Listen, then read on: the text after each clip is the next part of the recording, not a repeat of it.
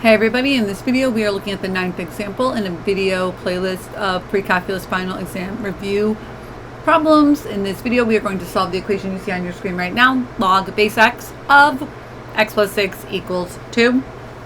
As stated quite regularly, when you have something in logarithmic form, you will often find yourself changing it into exponential form in order to solve. You would not be able to really change this into exponential form using, or change the right side into log form and use the one-to-one property, because log base x is not like log base constant, so you can't use one-to-one property with log base x. So if anybody was thinking about making the right-hand side log base x of x squared, don't do that. Okay? Okay, so we're going to change this form. So b base, which is the x in the subscript, to the y, which is 2, equals the x, or what we're taking the log of, which is x plus 6. If you are reviewing at the end of a pre-calc or algebra class, you have to know that this is a polynomial equation.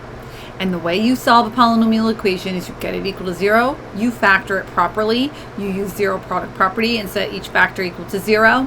You also need to know that you should test this back in a logarithmic, into the logarithmic equation to make sure that your answer works, because you cannot take log of a negative number and all that good stuff. Okay, so let's get into it. We're going to bring everything to the left side. So x squared minus x minus 6 equals 0. I would definitely start with the positive leading term. I'm going to factor using 2 and 3.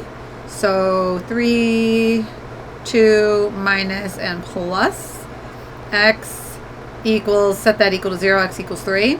Set that equal to 0, x equals negative 2. Now, these are the answers that I'm getting initially. However, we got a few things going on. 1, if I plug x back in, I cannot be taking the log of something negative. But 2, the base of our log will also never be negative. It will not be 1 either. It will not be 0. So it's basically anything greater than 0 except 1, because log base 1 would be silly if you think about it. So what does that mean?